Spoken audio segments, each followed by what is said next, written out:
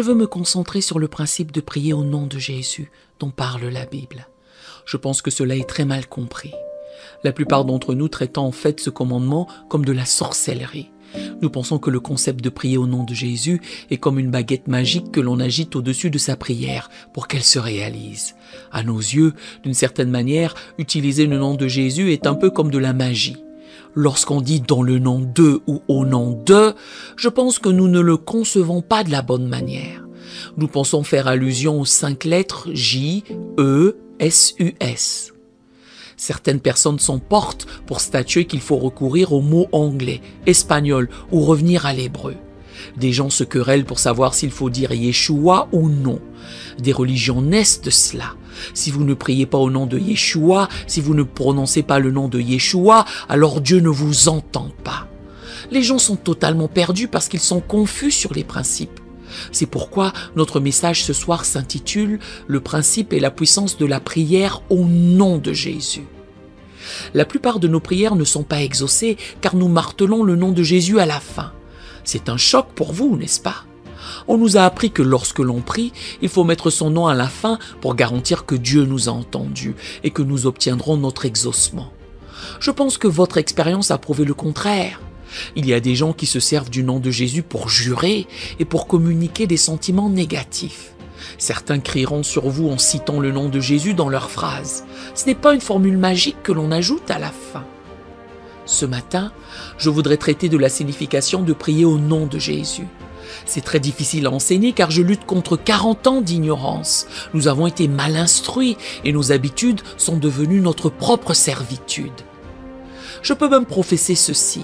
On peut prier sans même verbaliser le nom de Jésus, le mot de 5 lettres, et recevoir notre exaucement, si on saisit comment cela fonctionne. Je veux vous expliquer cela ce soir, ainsi que la manière dont cette approche aborde la prière. Ce principe de prier au nom de quelqu'un a plus à voir avec la présentation d'un cas devant un juge, cela a plus à voir avec la disposition que la sémantique. Cela a plus à voir avec la relation qu'avec la répétition de mots. Une des choses capitales qu'on apprend à propos de la prière est qu'elle est une activité légale, pas religieuse. Notez le mot prière à nouveau pour que cela soit clair dans votre esprit. Le mot prière en hébreu est celui qui se traduit par pétition. Une pétition n'est pas une activité religieuse, mais une activité légale. Pétition signifie faire une demande à une autorité sur la base de droits légaux. La pétition nécessite une autorité gouvernementale, un document constitutionnel qui donne des droits et une bonne relation avec cette autorité. La pétition nécessite tous ces éléments. Elle fait automatiquement référence à une autorité quelque part et à un contrat. Dans notre environnement, on se sert du terme constitution. C'est la même chose. Une constitution est un contrat. C'est le contrat entre le peuple et son gouvernement. C'est l'aspect légal de la prière. Or, la personne qui fait la pétition doit aussi avoir une relation avec cette autorité et ce doit être, je cherche le mot, une relation en règle. Entendez, vous ne pouvez pas faire de demande si vous n'avez pas de relation ou si votre relation avec cette autorité est tendue. C'est pourquoi beaucoup de gens ne voient pas leur prière exaucée. Laissez-moi citer un verset de la Bible que nous oublions. « Si j'avais conçu l'iniquité dans mon cœur, le Seigneur ne m'aurait pas exaucé. » Psaume 66, verset 18. La prière dépend de la sorte également d'une bonne relation avec celui à qui l'on s'adresse. Si vous avez le péché dans votre cœur, vous avez alors violé les normes requises par ce gouvernement. Conséquemment, vous n'avez pas le droit de faire une pétition. Encore une fois, que veut dire le mot pétition? Prière. Beaucoup de gens prient sans être qualifiés pour le faire.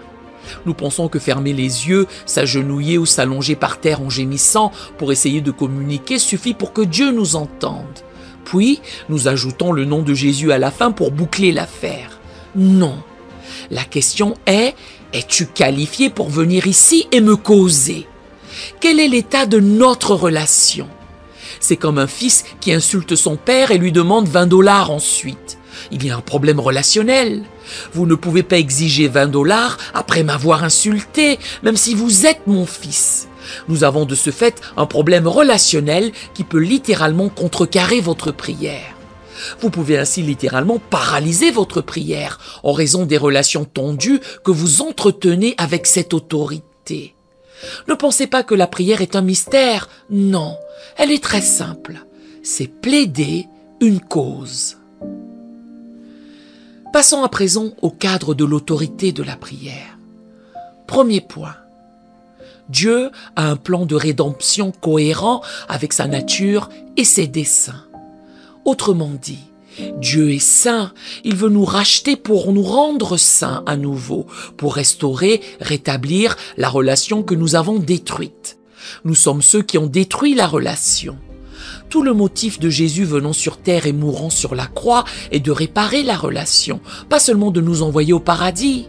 Il s'agit de sauver une relation brisée, d'où le terme rédemption. L'objectif général de Dieu est de restaurer la relation pour que nous puissions revenir au gouvernement des cieux et faire des demandes. Point numéro 2. Jésus est venu pour restituer nos droits à la domination et la prière. Il restaure notre relation pour que nous repartions au gouvernement du ciel pour faire des requêtes. C'est ce qu'il a fait. Éphésiens 1, verset 9 et chapitre 3, verset 10 se réfèrent au fait que son œuvre rédemptrice visait à nous permettre de faire les bonnes œuvres préparées pour nous avant la fondation du monde. Il nous remet en position sur terre pour continuer à représenter son pays, son gouvernement. Point numéro 3.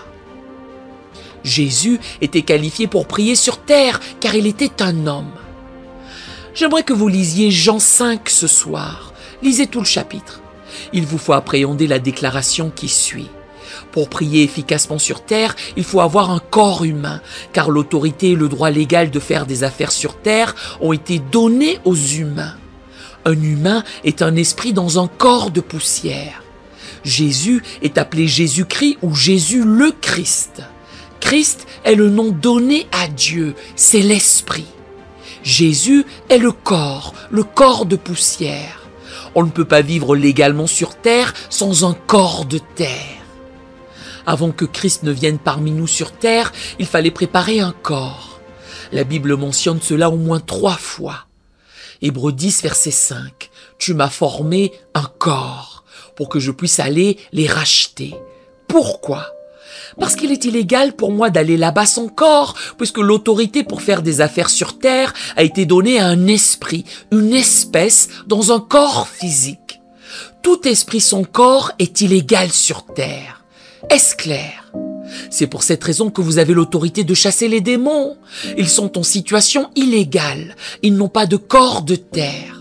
C'est pour cela qu'ils font tout pour essayer d'entrer dans les corps des gens, car ils tentent de légitimer leur présence sur terre et faire des affaires.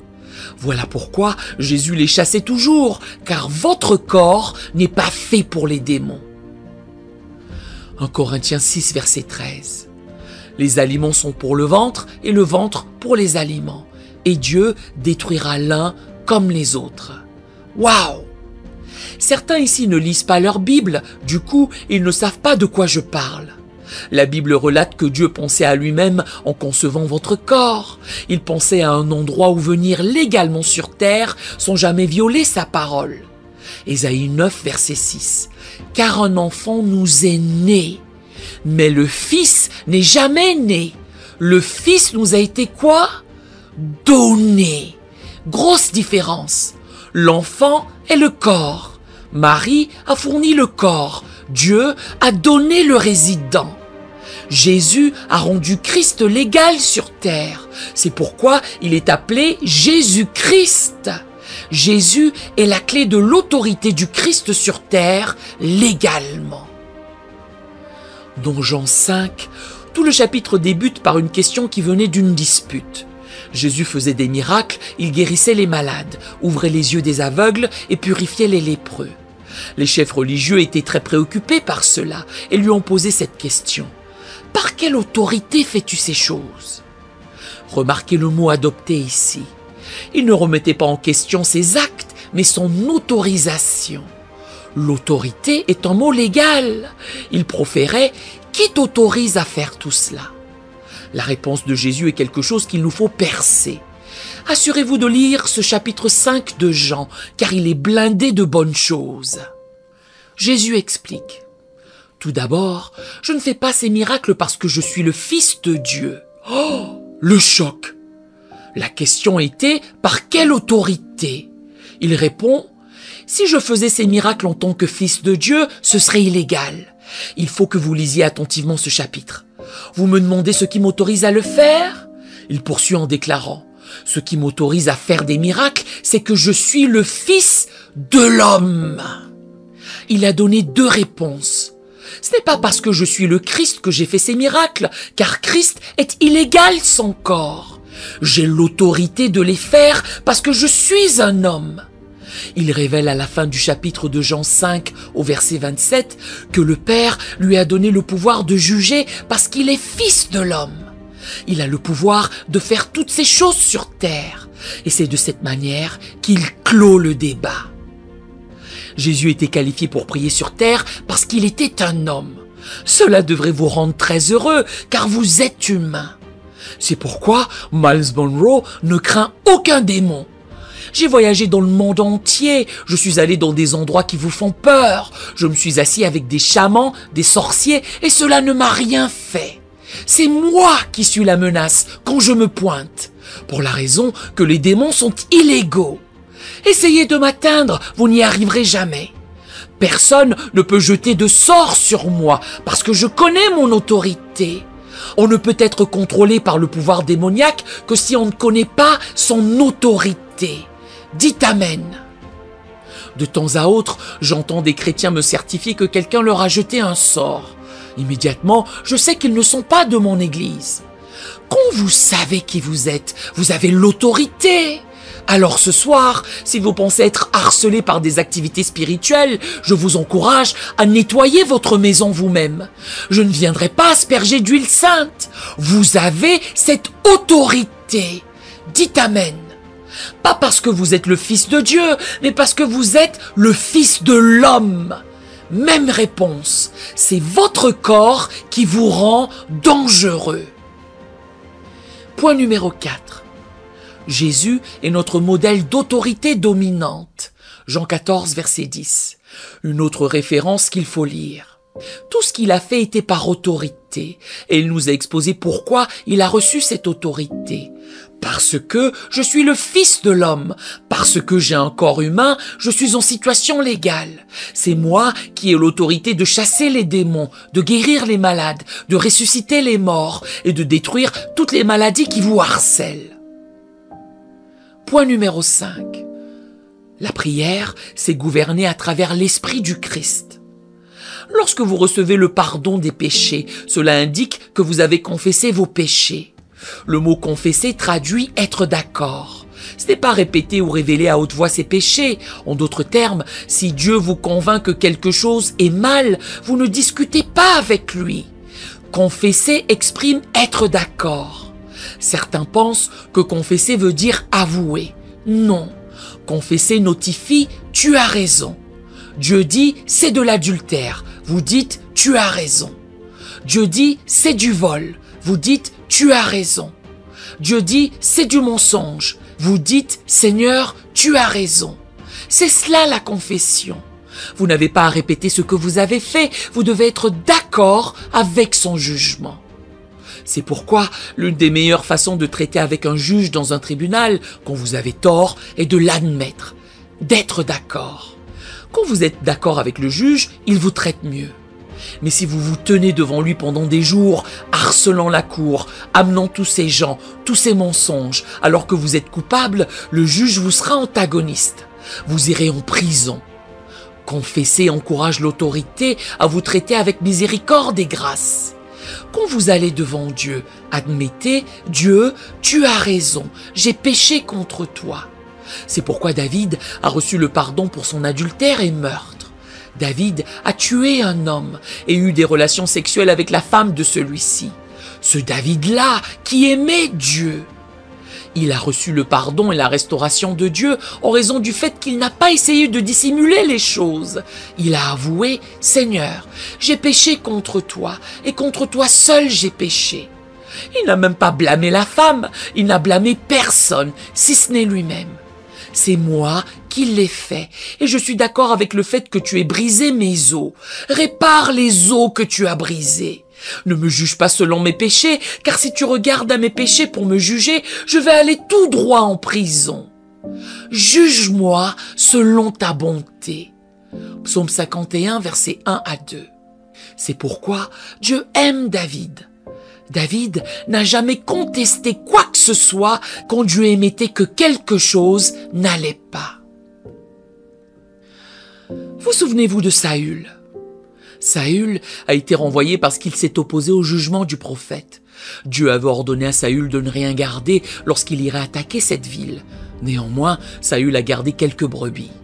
Quand le prophète est venu et a demandé « As-tu fait ce que Dieu a commandé ?» Saül a menti. « Oui, j'ai fait ce que Dieu a dit. » Le prophète interroge. « Alors qu'est-ce donc que ce bêlement de brebis qui parvient à mes oreilles et ce mugissement de bœufs que j'entends derrière la tente ?»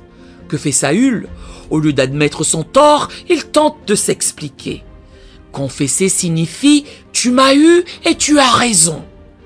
Certains d'entre vous ont besoin d'apprendre cela rapidement, car vous essayez d'être tellement défensif après avoir eu tort. Ne défendez jamais votre péché et n'essayez jamais de l'expliquer. Acceptez simplement le fait que vous l'avez fait et demandez à Dieu sa miséricorde. Jésus veut que nous venions à lui pour régner à travers son pouvoir rédempteur. À présent, je voudrais vous donner la stratégie de Dieu pour vous sur terre. Le but du roi est d'avoir un impact sur le territoire avec sa volonté. Il le fait à travers des lois, des principes et des préceptes. Tous les rois font cela. Ces lois sont ce que nous appelons des clés. Les clés sont ce qui nous permet de fonctionner dans un royaume. Dans un royaume, les clés sont en fait appelées lois ou préceptes. Ce sont les normes que vous devez obéir, établies par le roi. Dans un royaume, le peuple n'établit pas les lois, mais le roi. Dans une démocratie, le peuple établit les lois par des votes. Dans un royaume, le peuple ne vote pour rien, c'est le roi qui fait les lois. Vous suivez ces normes. Si vous voulez une relation avec le roi, il faut respecter ces normes. Si vous voulez une relation avec le roi, il faut faire ce que le roi ordonne. Dans un royaume, vous n'apportez pas vos opinions au roi, vous ne faites qu'obéir. L'obéissance n'existe pas dans la démocratie, on ne s'en sert jamais. On n'obéit à personne dans une démocratie, ni au Premier ministre, ni au gouverneur.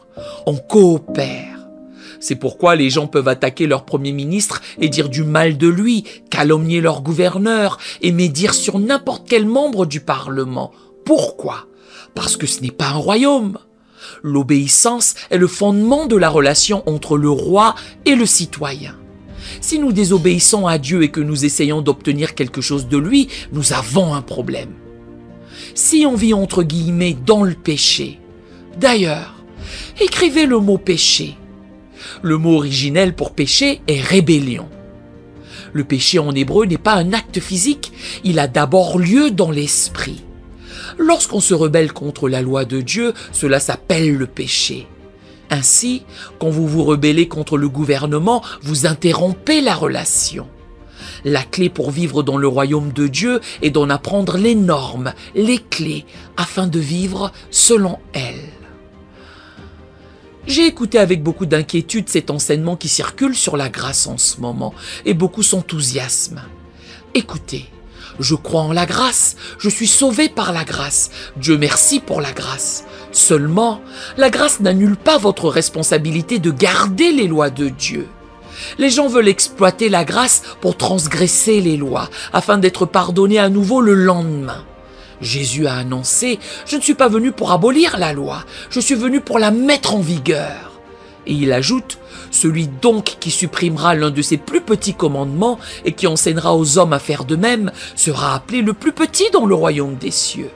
Mais celui qui les observera et qui enseignera à les observer, celui-là sera appelé grand dans le royaume des cieux. » Matthieu 5, verset 19. Par conséquent, quand vous envisagez de faire des requêtes devant le gouvernement de Dieu, il faut penser à votre relation avec Dieu. C'est fondamental. Matthieu 6, verset 5. Jésus fait directement allusion à la prière. Lorsque vous priez, ne soyez pas comme les hypocrites qui aiment à prier debout dans les synagogues et au coin des rues pour être vus des hommes. Je vous le dis en vérité, ils reçoivent leur récompense. Mais quand tu pries, entre dans ta chambre, ferme ta porte et prie ton Père qui est là dans le secret. Et ton Père qui voit dans le secret te le rendra. En priant, ne multipliez pas de vaines paroles, comme les païens qui s'imaginent qu'à force de paroles, ils seront exaucés.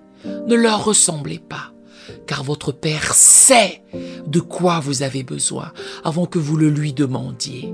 Matthieu 6, versets 5 à 8.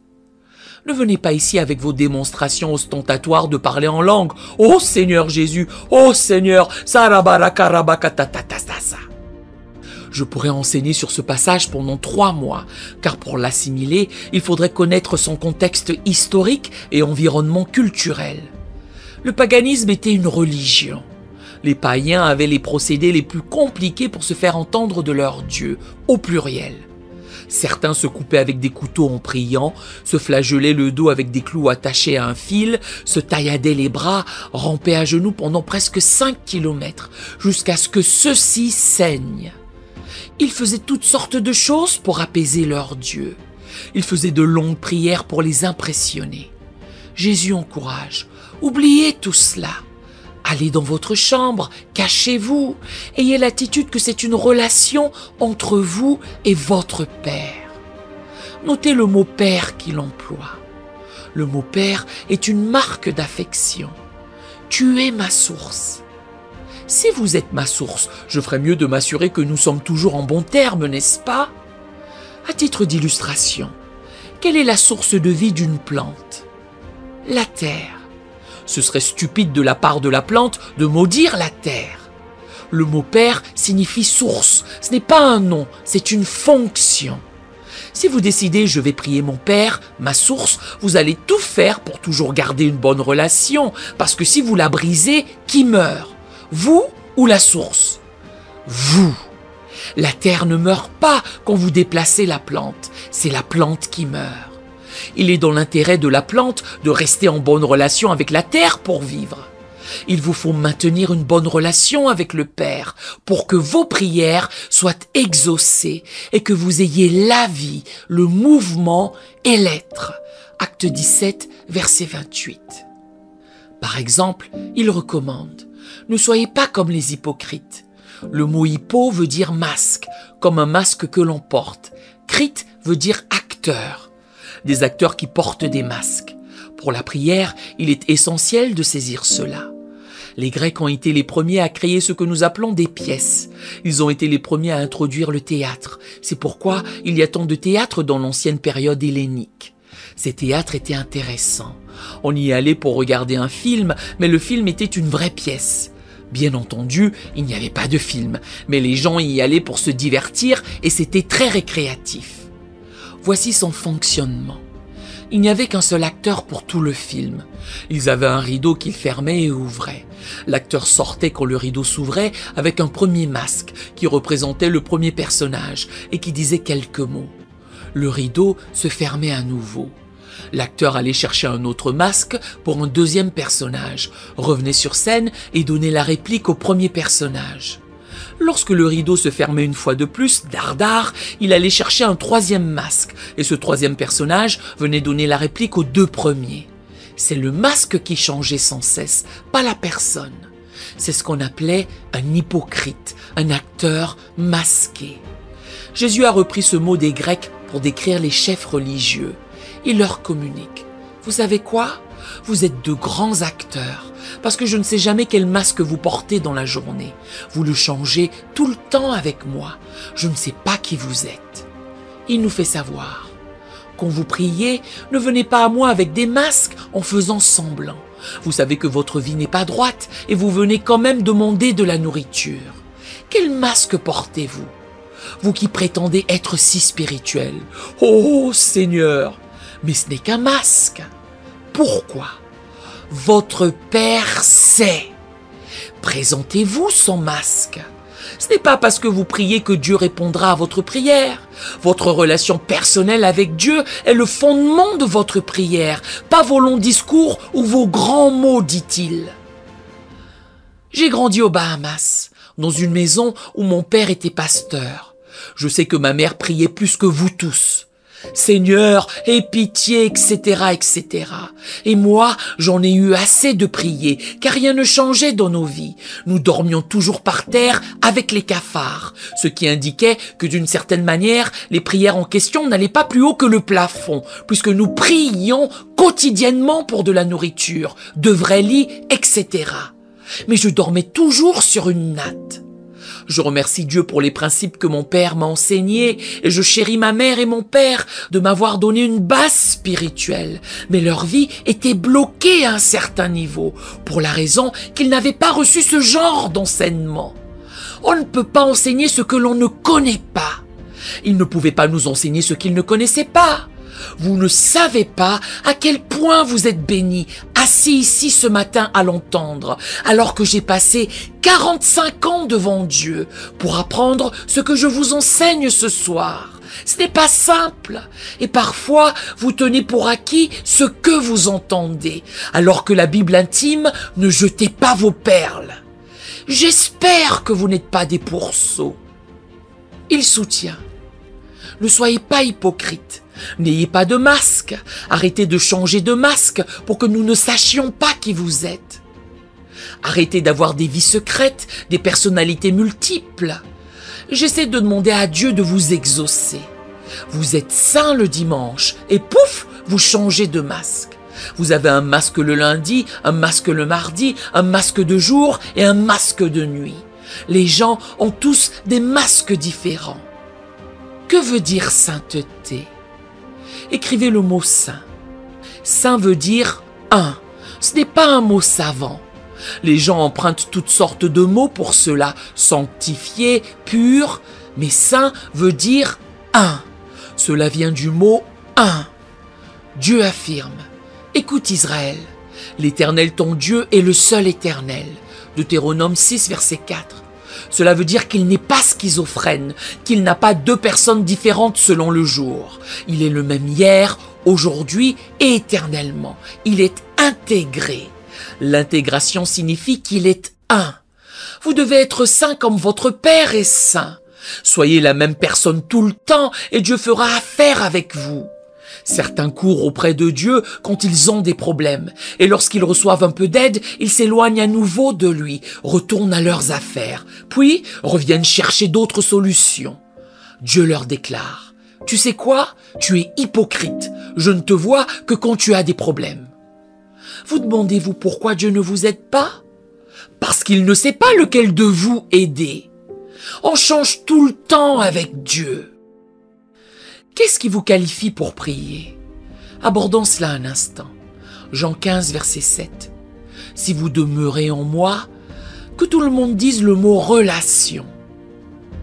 Et que mes paroles demeurent en vous, demandez ce que vous voudrez et cela vous sera accordé. C'est époustouflant. Il y a une condition préalable à la demande. Ne demandez pas juste comme ça. Lisez la première partie du verset. Il doit y avoir une relation avant de faire une requête. Je vous pose une question. Demeurez-vous en lui ou lui rendez-vous visite? Faites-vous des allers-retours entre le péché et la sainteté, entrant et sortant sans cesse? Vous demandez-vous pourquoi Dieu ne vous aide pas? Regardez à nouveau le mot « demeurer ».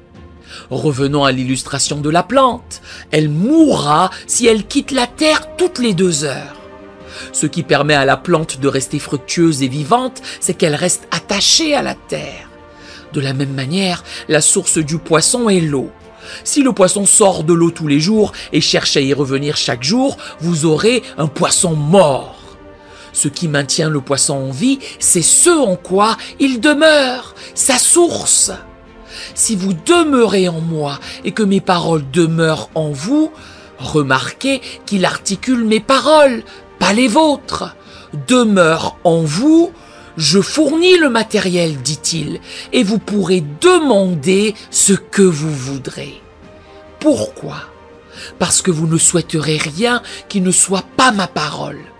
Dieu ne veut pas entendre ce que tu veux, il veut entendre ce qu'il a dit, et cela vous sera accordé. Jean 15, verset 7. La prière n'est pas d'inventer vos propres phrases, c'est de répéter ce qu'il vous a dit. Or, que faut-il d'abord avoir? Une relation. La Bible énonce quelque chose sur les gens mariés.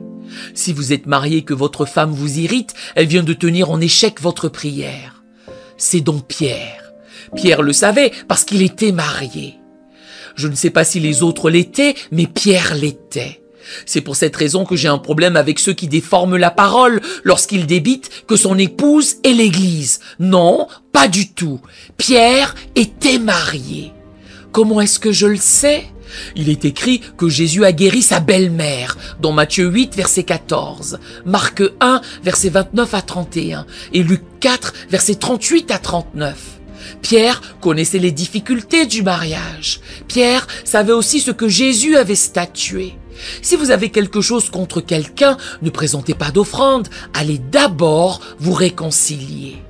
Pierre indique: si vous avez une femme, vivez avec elle comme avec un sexe plus faible. 1 Pierre 3, verset 7. Les mots plus faible signifient fragile, délicat, mais pas faible au sens propre. Il poursuit en nous invitant à nous assurer de vivre avec elle avec sagesse, à savoir, bien que ce soit difficile occasionnellement, il faut persévérer dans la relation avec elle. Pourquoi? Afin que rien ne vienne faire obstacle à vos prières. De ce fait, la relation est plus importante que la requête, car cette dernière est subordonnée à la relation. Je m'assure que ma femme et moi avons toujours de bonnes relations afin de ne pas gêner ma prière. En effet, elle peut endiguer ma prière. Mesdames, ne rentrez pas chez vous et n'essayez pas de déclencher une dispute en lançant au visage de votre époux « Je peux freiner ta prière !» Soyez gentils. Cela dit, la même chose est vraie pour vous en tant que femme. Si vous traitez durement votre mari, Dieu pourra entraver votre prière. Si j'avais conçu l'iniquité dans mon cœur, le Seigneur ne m'aurait pas exaucé. Psaume 66, verset 18. Demandez ce que vous voudrez et cela vous sera accordé, nous invite-t-il. Regardez la dernière partie. Et cela vous sera donné. C'est garanti. La prière ne consiste pas à prier sans recevoir de réponse. Jésus notifie, suivez d'abord les conditions et vous recevrez. Verset 8 de Jean 15. Si vous portez beaucoup de fruits, c'est ainsi que mon Père sera glorifié. Entendez, si vous ne recevez pas ce que vous demandez à Dieu le Père du gouvernement de Dieu, cela embarrasse, fait honte à Dieu. Il vous expose que Dieu veut que vos prières soient exaucées plus que vous-même, car Dieu doit vous donner la réponse pour protéger, entre guillemets, sa réputation. Il plaide avec vous, demeure en moi, et que mes paroles demeurent en toi. La prière n'est pas de la sorcellerie, ce n'est pas de la magie. La prière est une relation qui vous donne le droit de faire des revendications légales promises par votre gouvernement sur la terre. Dieu veut que sa volonté soit faite sur la terre. Il vous invite à bien faire les choses pour que vous lui donniez gloire. Dieu veut que sa volonté soit faite sur la terre, d'où il plaide « Faites le bien pour que j'en retire de la gloire ». Dieu répondra à votre prière pour protéger sa réputation, mais vous devez vivre droitement dans la sainteté et avoir une bonne relation avec lui avant de lui demander quoi que ce soit. Il stipule: si vous faites cela, vous montrerez que vous êtes mes disciples. Un disciple est un étudiant. Si vous êtes un étudiant de Jésus, vous le montrez en demeurant en lui. Je vois des gens entrer et sortir de l'église, faire des va-et-vient, revenir au bout de quelques mois, d'autres au bout de 6 mois. C'est fou! Ils reviennent me dire « Prie pour moi ».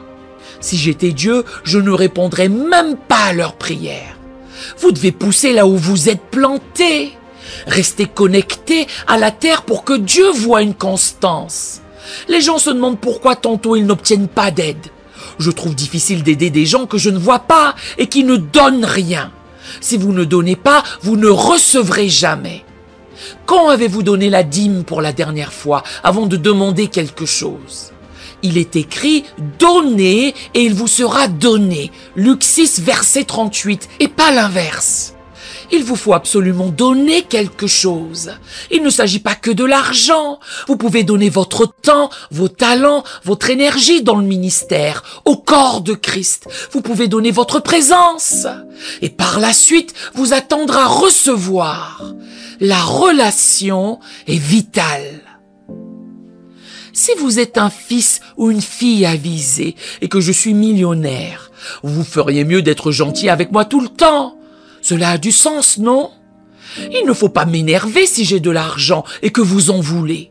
Vous ne voulez pas que je sois votre ennemi. Que devriez-vous faire alors? Il faudrait que vous m'obéissiez en tant que père pour maintenir une bonne relation, afin d'avoir accès aux ressources, car vous avez le droit de les exiger. Comprenez-vous?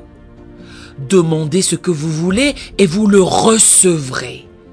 Toutefois, il donne une autre clé supplémentaire dans Jean 16, verset 23. En ce jour-là, vous ne m'interrogerez plus sur rien. Il fait allusion au jour où il partira physiquement de la terre. Dans ce chapitre, Jésus et les disciples discutaient de son départ. Il commence ce chapitre en leur divulguant « Je m'en vais ». Et ils étaient très abattus. Pourquoi ? Ces gars n'avaient jamais eu à prier pour quoi que ce soit. Quand ils avaient besoin de poissons, il en attrapait pour eux. Quand ils avaient besoin de nourriture, il multipliait les pains. Autrement dit, ces hommes avaient la source avec eux. Quand il leur apprend qu'il va partir, la Bible relate qu'ils en furent attristés. Le mot en hébreu est déprimé, car leur source va les quitter. Ils lui demandent où il va. Il répond, là où je vais, vous ne pouvez pas venir maintenant. Je retourne à mon Père. Il rajoute que votre cœur ne se trouble point. Jean 14, verset 1. Tout le chapitre fait mention de cela. Il fait connaître, si vous croyez en Dieu, croyez aussi en moi, car je suis Dieu aussi. Il y a plusieurs demeures dans la maison de mon Père. Jean 14, verset 2. Alors je vous dis tout de suite, non, il n'y a pas de maison au ciel, désolé. Le mot demeure désigne des positions d'autorité, pas des maisons. Quand Jean est allé au ciel, il n'a pas vu de maison. Ne débagoulez pas, j'ai une maison là-haut, dans ce pays si beau, où nous ne vieillirons jamais, avec un jardin devant et des fleurs. Il n'y a pas de maison au ciel. Jésus fait part de position d'autorité. Vous êtes censé avoir une position d'autorité qui vous donne l'autorité de faire des demandes au ciel. Et votre Père a plusieurs positions pour chacun. Puis, il s'enquiert. Pourquoi êtes-vous attristés? Ne soyez pas tristes. Verset 23 de Jean 16. En ce jour-là, vous ne m'interrogerez plus sur rien. Dites procuration. Je vais traiter du nom maintenant. Il informe. Je vous le dis en vérité, vous pouvez aller directement au Père. Mon Père vous donnera tout ce que vous lui demanderez, mais vous devez recourir à mon nom. Waouh! Il n'avait jamais entendu cela. Il cogite. Qu'est-ce que c'est? Mon absence n'annule pas votre pouvoir ou autorité, car mon nom est le pouvoir et l'autorité pour traiter avec le Père. Qui est le Père? La source. La clé pour que vos prières soient exaucées est la relation et un nom. Vous devez faire votre part, demeurer en lui et comprendre sa part à lui. Il vous donne son nom. Qu'est-ce que cela signifie? Verset 24. Jusqu'à présent, vous n'avez rien demandé en mon nom. Pourquoi? Parce que j'étais avec vous, je payais vos factures, je m'occupais des enfants, je payais les frais de scolarité, vous étiez avec moi et vous n'aviez même pas besoin de prier. Mais là, je pars. Le nom n'est nécessaire que quand l'autorité est absente. Qu'est-ce que cela signifie? Verset 24. Demandez et vous recevrez. Quelle est la condition préalable? En mon nom. Et quand vous recevrez, qu'arrivera-t-il? Votre joie sera parfaite. C'est un bon mot à se rappeler cette année, parfaite, qui exprime que vous avez eu ce que vous avez demandé à Dieu. Que veut dire prier au nom de Jésus? Notez le mot « nom ». C'est une référence juridique à l'avocat, celui qui représente votre cause. Jean 14, verset 12. en vérité, je vous le dis, celui qui croit en moi fera aussi les œuvres que je fais. Il n'indique pas qu'il doit être là quand c'est fait. C'est le fait de croire qu'il réalise l'action. Celui qui croit en moi. Pas celui qui croit que j'existe, mais qui croit en moi. Tu crois en ce que j'ai formulé et tu agis en conséquence. Quiconque fait cela fera ce que je fais. Que faisait-il? Des miracles, multiplier le pain et les poissons, tancer le vent, apaiser les flots, chasser la lèpre, guérir les maladies de sang, marcher sur l'eau, gronder des arbres. Vous ferez cela et même plus que moi, atteste Jésus, car je vais à la source. Je vais à la source. Vous aurez alors deux choses en votre faveur, là où se trouve la source. Vous aurez la source et moi-même. Comment perdre si vous m'avez ainsi que la source? Je suis avec la source et je peux dire à la source de s'assurer que vous avez la source. Verset 13. Et tout ce que vous demanderez en mon nom, je le ferai. Notez ce pronom « je ». Il avance. Je m'en vais au Père. Je vais être avec votre Père. Qu'exprime le mot Père déjà? La source. Je vais être avec la source de tout ce dont vous avez besoin. Quand vos requêtes arriveront, je veillerai personnellement à ce que vous la receviez. Vous avez un avocat auprès du Père. Je m'explique sur le nom. Et tout ce que vous demanderez en mon nom, je le ferai afin que le Père soit glorifié dans le Fils. Rappelez-vous le verset précédent. Quand vous recevez ce que vous demandez, le Père est glorifié. Eh bien, je vais m'assurer, puisque je serai avec lui, qu'il soit aussi glorifié. J'irai m'assurer que vous obteniez ce pourquoi vous priez, pour faire en sorte que le Père reçoive la gloire qu'il mérite. Vous avez un avocat.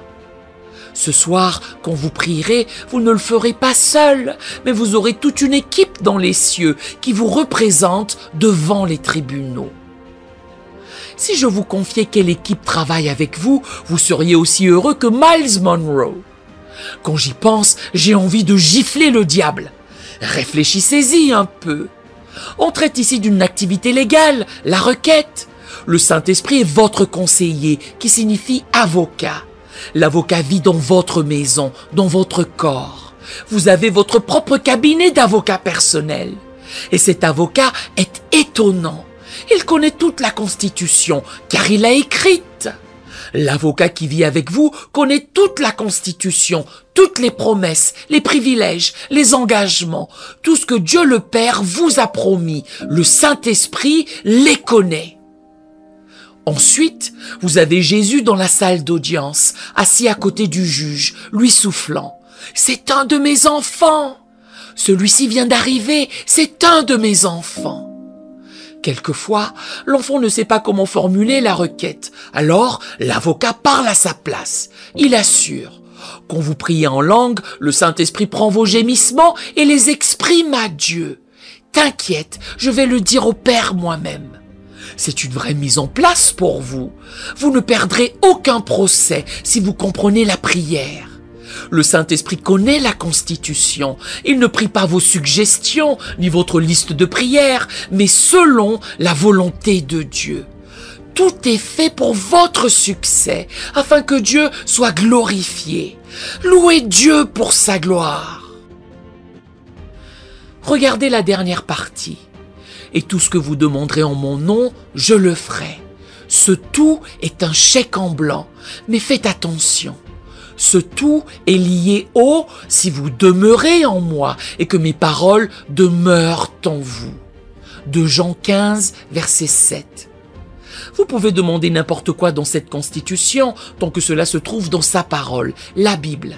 Si cela ne s'y trouve pas, ne le demandez pas. Il y a des choses que la Constitution a enjoint de ne pas demander, telles la nourriture et les vêtements.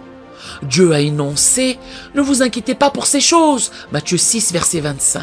Cherchez premièrement le royaume, la relation avec le gouvernement, et toutes ces choses vous seront données par-dessus. Il faut de la sorte prier que ton règne vienne dans ma vie, vivre selon ses lois. Et quand vous faites cela, il certifie que ces choses font juste partie de la culture. Priez en mon nom et je le ferai. Ce verset est profond. Il n'a pas cessé de répéter « je le ferai ». Des fois, on pense que c'est le Père qui le fera. Il maintient « non, le Père est la source, mais c'est moi qui veillerai à ce que vous obteniez vos droits ». Cela signifie qu'il est l'avocat. L'avocat se tient entre vous et le juge. C'est pourquoi vous venez en son nom. Que signifie être au nom d'eux? En hébreu, le mot nom signifie l'être. Le nom d'une chose est la chose elle-même. Lorsqu'il leur a demandé de prier en son nom, les disciples ont entendu « priez en moi ». Cela signifie que votre moi n'entre pas dans l'équation. Quand le Père vous regarde, il ne doit pas vous voir vous, mais moi. Voilà ce qu'est le nom. En ce cas, ne venez jamais en votre propre autorité, vous n'en avez pas, mais en la mienne. Deuxièmement, le nom signifie nature. Lorsque vous priez, c'est en ma nature. Entendez, vous devez revêtir la nature de Jésus avant de faire une requête. Qu'est-ce que la nature ? Le mode de vie, l'éthique, la moralité, le comportement, la mentalité. Cela coupe court à la prière de beaucoup. Le mot « nom » signifie « nature ». Cela implique que quand vous vous tenez devant Dieu le Père, la source, il est censé vous confondre avec Jésus. Votre vie secrète est comme celle de Jésus. Votre vie publique est comme celle de Jésus. Vos pensées sont comme celles de Jésus.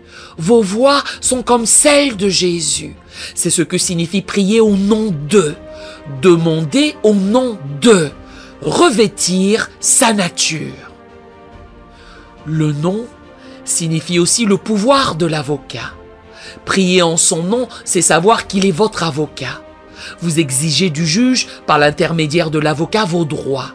Vous affirmez au juge « j'ai le droit de demander cela à cause de celui qui me représente, qui me défend ». Le nom est substantiel. Prier au nom d'eux est se tenir à la place d'une personne.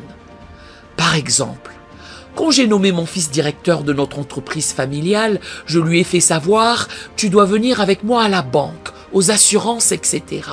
Je vais te transférer mon nom ». Nous nous sommes assis avec les banquiers, les avocats, et j'ai annoncé « dorénavant, mon fils fera toutes les affaires en mon nom. Quand vous le voyez, vous me voyez. Ces instructions sont les miennes.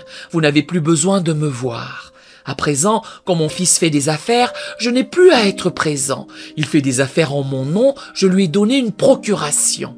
J'ai donc dû signer à chaque fois un document. J'ai dû signer une procuration en faveur de mon fils et lorsque je l'ai signé, la banque l'a prise et l'a mise dans un dossier. La compagnie d'assurance l'a mise dans un dossier.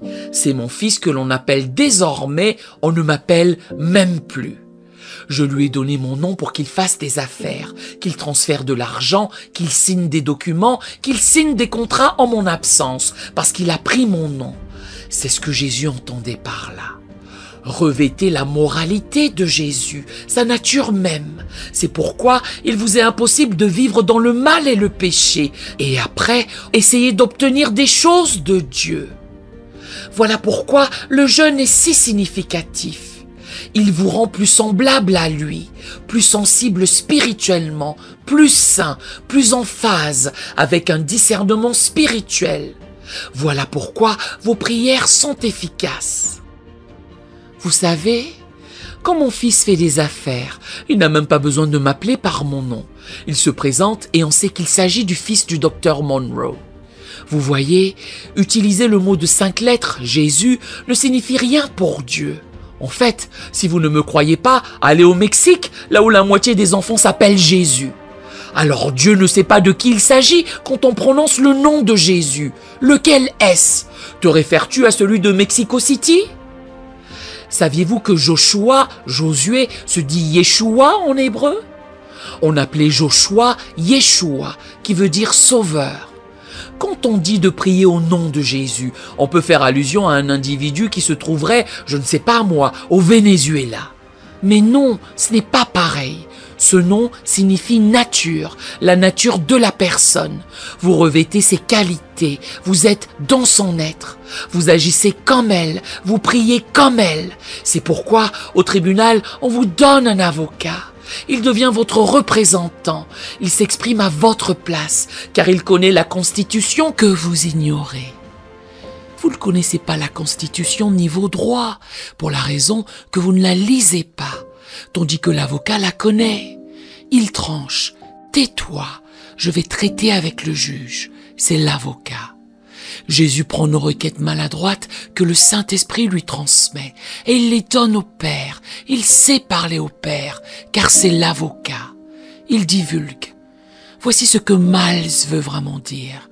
Et il est qualifié. J'ai vérifié son mode de vie. Sa femme, ses enfants lui obéissent. Il donne la dîme. C'est bon. Tout ce qu'il demande, Père, donne-le lui. Selon ta parole, donne-le lui. C'est l'avocat. Il nous rassure. Vous demanderez au Père en mon nom et je veillerai à ce que vous receviez. Nous aimerions vous donner l'opportunité de faire de Jésus le Seigneur de votre vie. Voulez-vous bien prier avec moi? Dites Seigneur Jésus, je me repens de mes péchés. Viens dans mon cœur. Je fais de toi mon Seigneur et Sauveur. Et merci Seigneur pour le baptême du Saint-Esprit en moi. Dans le nom de Jésus. Par cette simple prière, nous croyons que le Saint-Esprit vous conduit sur le chemin de la nouvelle naissance. Allez dans une bonne église qui est basée sur la Bible, donnez à Dieu la première place. Nous espérons de tout cœur que ce message vous encouragera. Si vous connaissez quelqu'un qui puisse être encouragé, s'il vous plaît, envoyez-le lui. Édifions le corps de Christ ensemble. Nous publions régulièrement des messages, des shorts et des prières. Appuyez sur la cloche des notifications pour vous le rappeler. Merci infiniment de nous soutenir en vous abonnant à notre chaîne. Que Dieu vous bénisse merveilleusement.